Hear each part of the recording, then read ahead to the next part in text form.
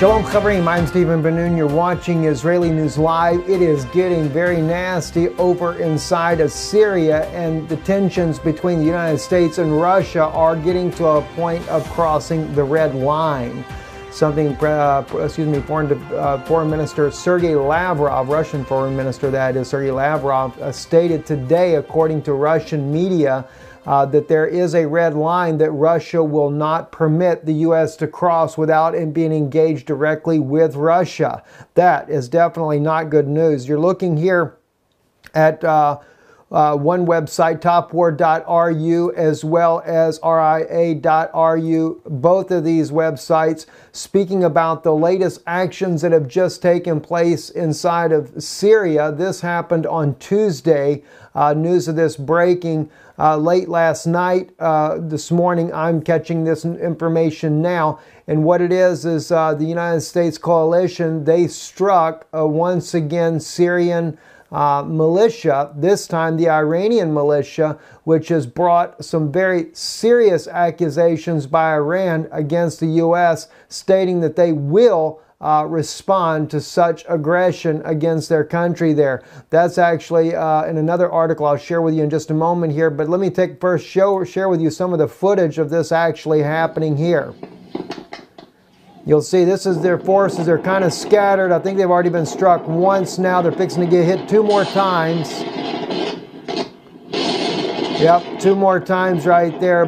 2 more vehicles taken out. Tanks. They had a tank in there. According to the Iranian militia that was operating inside this area there, they claimed that they were working on trying to stop the ISIS members from destroying the bridges that were going between Iraq and that of Syria.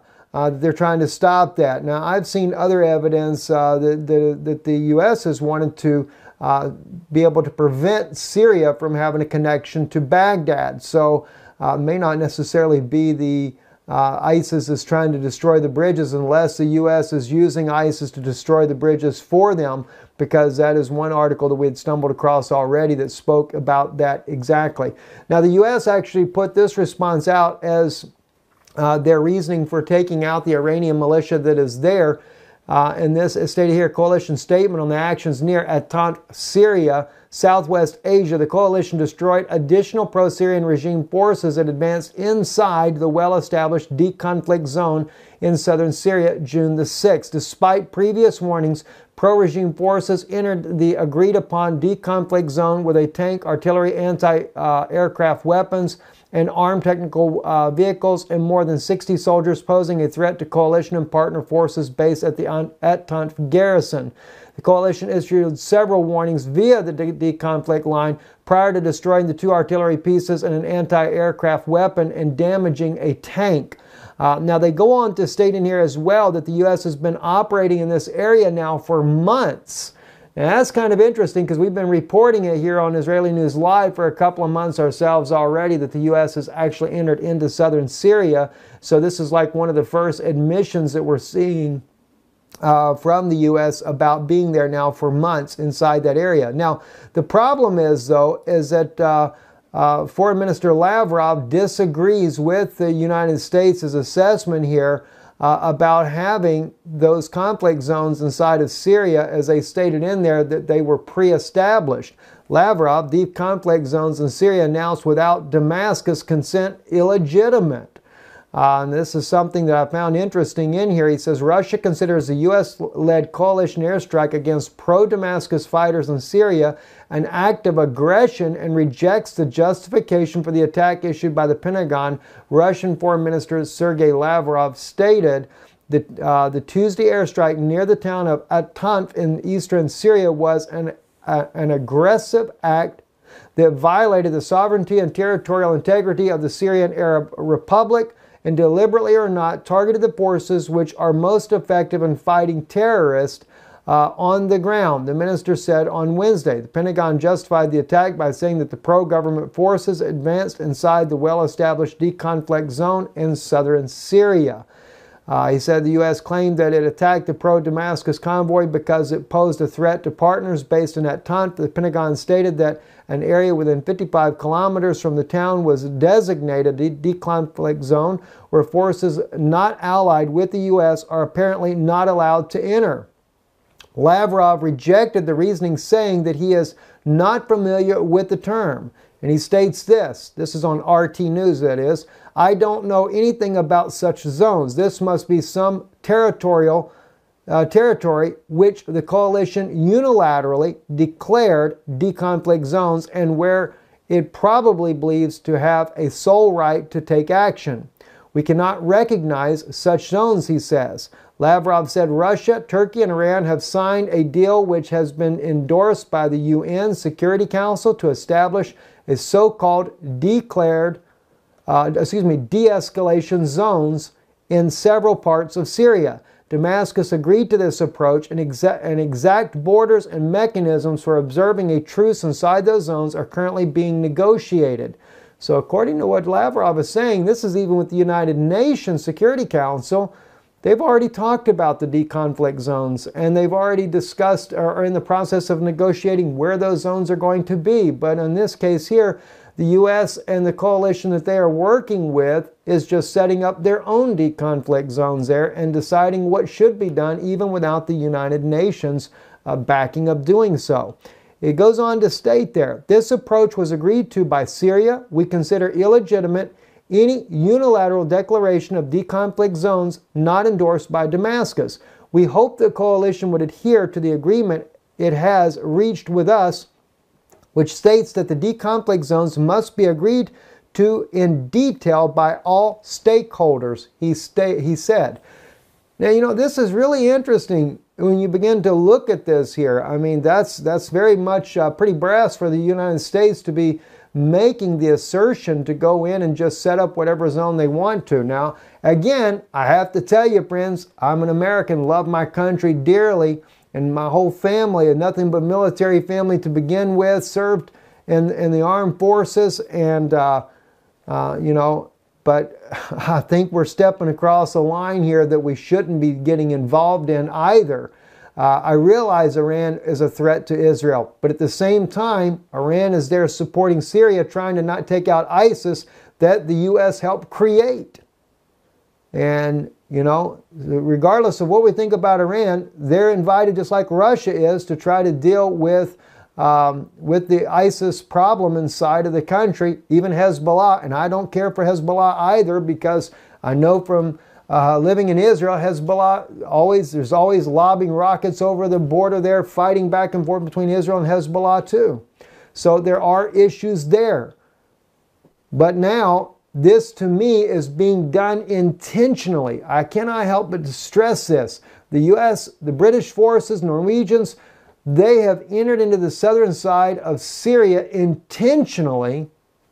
And I believe that what their intention is to take down Damascus, oust Bashar al-Assad, so that Russia, Iran, neither of the Hezbollah, none of the groups that are helping Syria will have any say-so in anything inside the country. All you have to do is take out the leader of the country, and then Russia has nothing to stand on any longer. Forget the United Nations at that point there. Now it's for whoever takes control of the country. So I do believe that the U.S. is making moves, and of course the Iranians are crossing into an area, even though it's been declared without UN consent. They're crossing into an area and the U.S. is targeting them.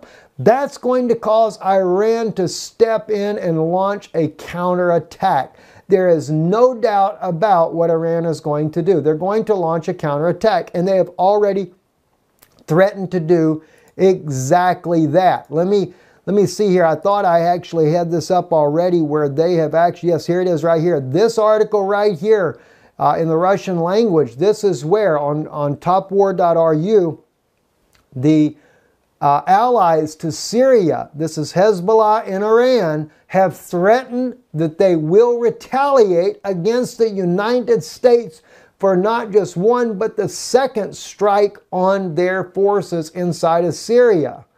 And so the words are getting heated up. Russia, let me tell you, this article right here on ria.ru. I need to share with you the English language on this one here.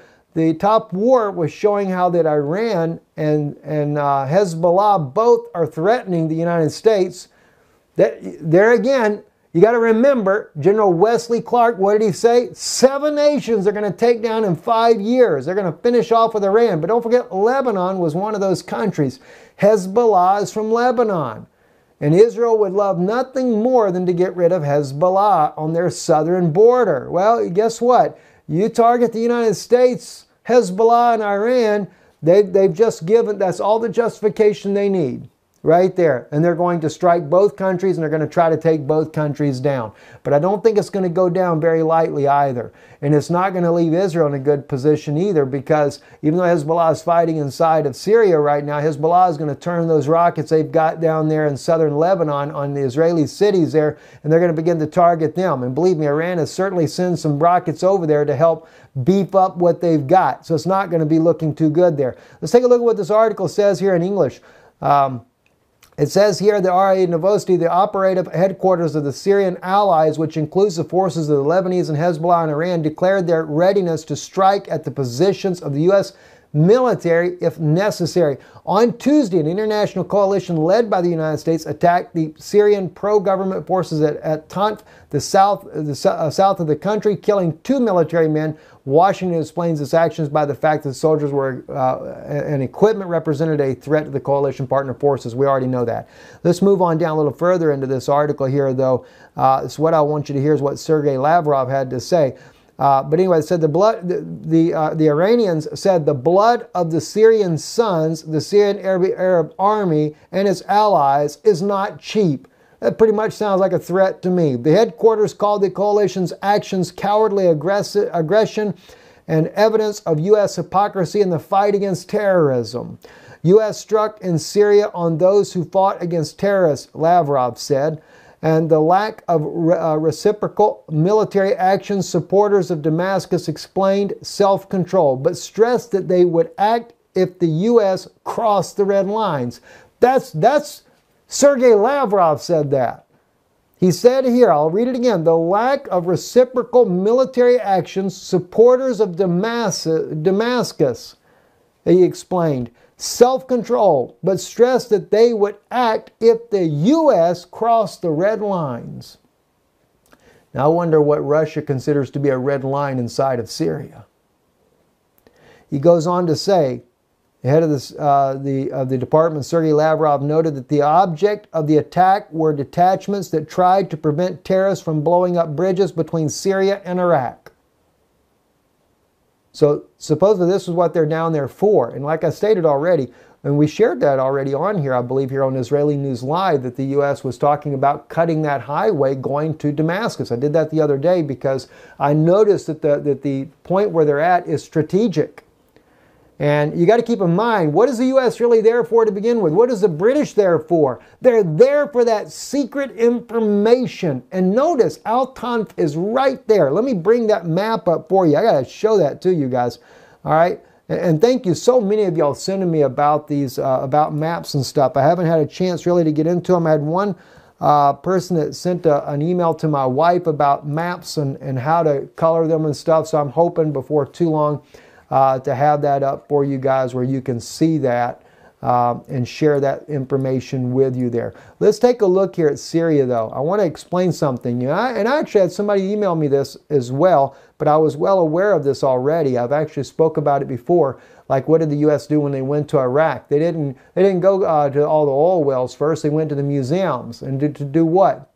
To get a hold of all the ancient documentation there. Same thing going on inside of Syria right here, okay? So now as we're looking at Syria, right here, this highway here going to Damascus, this is the highway, or this is the area where the U.S. forces are at right now.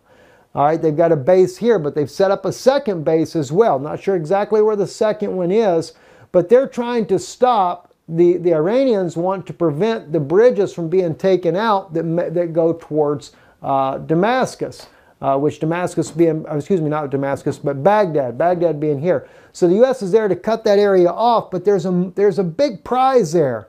And we know this as we zoom in closer to the road here. Now just keep in mind, Al-Tanf is just south of this region. Let me back out so I can find it. Should have already popped up on the map here by name, but it's not wanting to pop up. I'm looking for Palmyra is what it is. Palmyra is right in this region. There it is. There it is. I'm sorry. It's a little bit further north there. But Palmyra, see the U.S. is sitting here. Palmyra is right here. ISIS has taken this place many times. There is a trove of ancient documents buried inside of Syria. And this is what the U.S. and British forces would like to get their hands on. Anyway, guys, it's not looking good right now. And as I've told you all along, we see the prophecies getting ready to be fulfilled. Isaiah 17. But it has a lot more to do with just Isaiah 17.